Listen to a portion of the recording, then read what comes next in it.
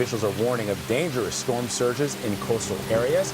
Heavy rain is expected to cause significant flooding. The rain has been coming down relentlessly. Mandatory evacuation orders are in effect in both North and South Carolina. South Carolina's governor says a downpour like this happens only once in 1,000 years. I'm here to tell the story that never get told, the poor. And they seem to be forgotten in the midst of it all. Their voices are never heard. They're never heard.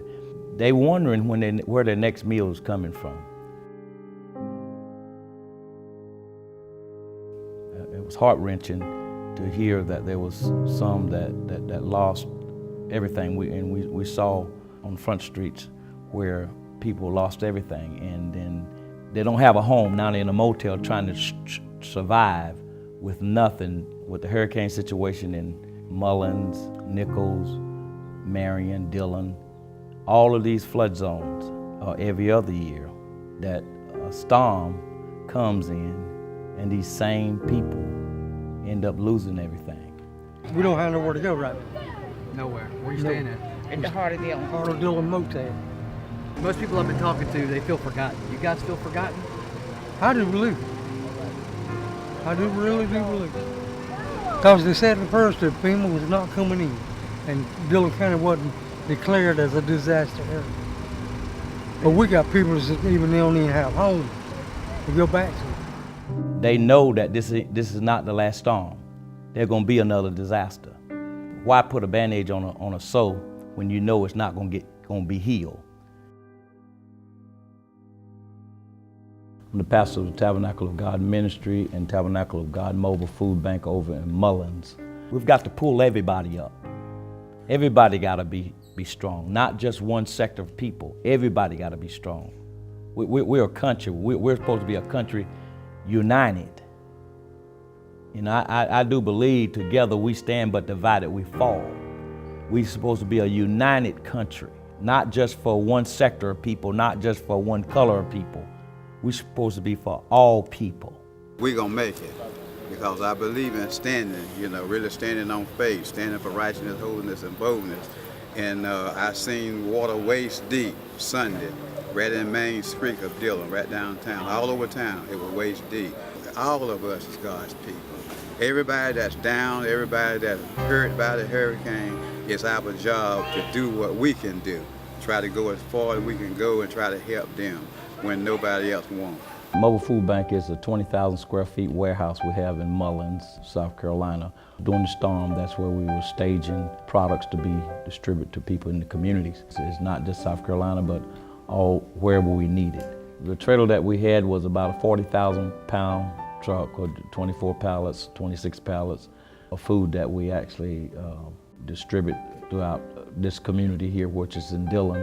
We had water, we had Propel water, Gatorade, all sorts of snacks, canned goods, vegetable, fruits, anything that a person would need. We also got a call from Duke Energy again saying that there was a restaurant that had made over 400, 500 meals.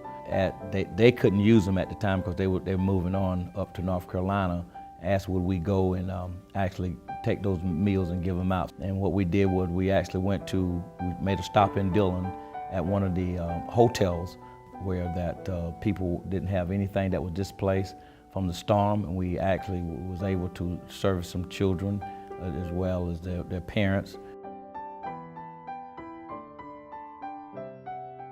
And we moved on from that point, we moved on to Sellers, South Carolina, where Sellers was hit really hard with this flood just like there was in Matthew, and they had to be evacuated. So the people over there didn't have anything, and we was able to go and meet with Mayor Barbara Hopkins. My name is Barbara Hopkins. I'm the mayor of the town of Sellers, South Carolina. I've been the mayor for 9 years. This whole town was flooded. On one part of the track, some flood didn't get there. Behind the other part of the track, there was flood. And you know the old saying, take a village to raise a child, and it does. But our village is being torn down because of the low poverty level. And they will not replace any homes in this flood area because they say that's wasting money. Even though these people still don't have nowhere to stay, we had 27 homes in this community that was really devastated by the storm. No no matter what ground it fall on, the truth is still gonna be the truth. I don't care if you wake up in the morning, it's gonna be the truth. You lie down at night, it's gonna be the truth. It's too many times it's done happened. Too many times over, and the world need to know this. Too many times over this has done happened and nothing have taken place. Somebody need to be on the ground. Somebody need to be there. Not just there just for showing, not just there just to be there, but be there. When I mean be there for the people. Be there for the lost, be there for the hopeless, for the helpless. They don't know what to do.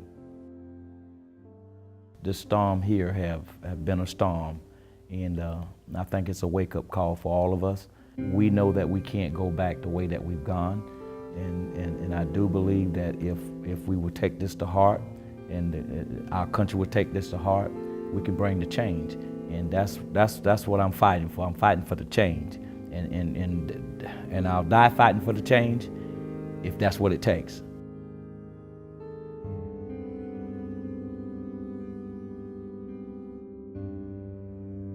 Go to the less fortunate. Go find those people. We got to find the less fortunate in our country. And then when we find them, we got to do something about it.